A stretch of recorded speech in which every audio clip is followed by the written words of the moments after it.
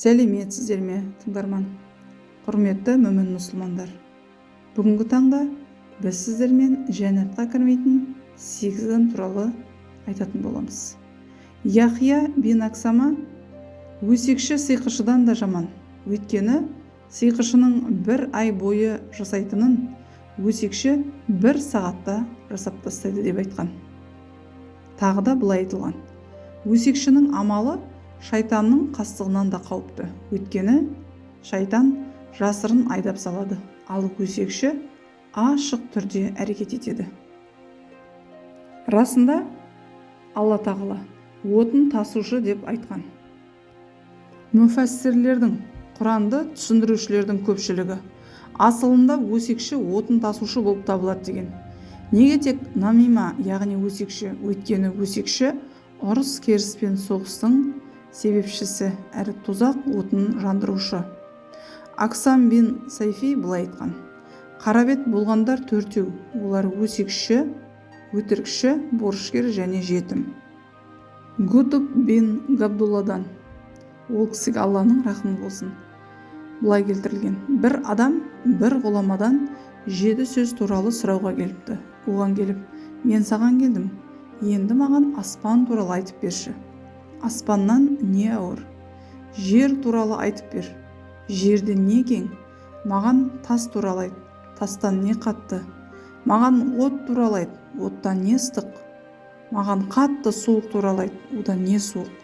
Маған теңіз туралы айт. Одан не терең? Маған жетім туралы айт. Одан кім әлсіз деген екен. Ал кейбір риуаяттарда оның былай сұрағаны келтірілген: маған у туралы айт, одан не жаман?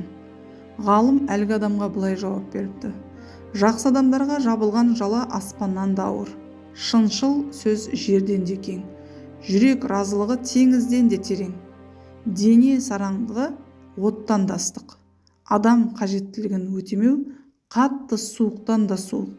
Біреу туралы таратылған өсек оған белгілі болса, ол жетімнен әлсіз. Ондай өсек масқараға айналады.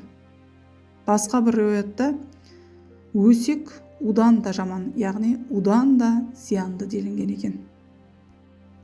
Ибн Гумар, ол кісіге Алла разы болсын, пайғамбарымыздың, ол кісіге Алланың салауаты мен сәлем болсын, былай айтқанын келтірген: Алла тағала жұмақты жаратқан соң, ол оған сөйле деген.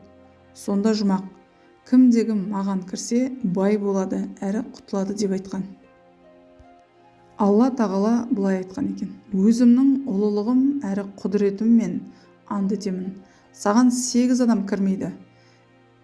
Біріншісі ішімдік ішкен, үнемі зина жасаушы, екінші өсекші, өз отбасына қатысты батыл болмаған, өз әйелін басқа рұқсат етілмеген еркекпен сөйлесіп тұрғанын көрсе де оған бір сөз айтпаған, өзін әйел сияқты ұстаған, полицей, яғни күшті бола білмеген, туыстық қарым-қатынасты үзгендер, сондай-ақ бір нәрсені жасаймын деп Алла атымен ант беріп, бірақ жасамайтындар. Хасан Басри, ол кісіге Алланың рахмы болсын, егер біреу саған адамдардың сөздерін айтып келсе, онда біл, ол сенің де сөздеріңді біреулерге жеткізеді деген екен. Гумар бин Габдулгазизге, ол кісіге Алланың рахмы болсын, бір адам келіп басқа бір адамның жағдайын айтып береді.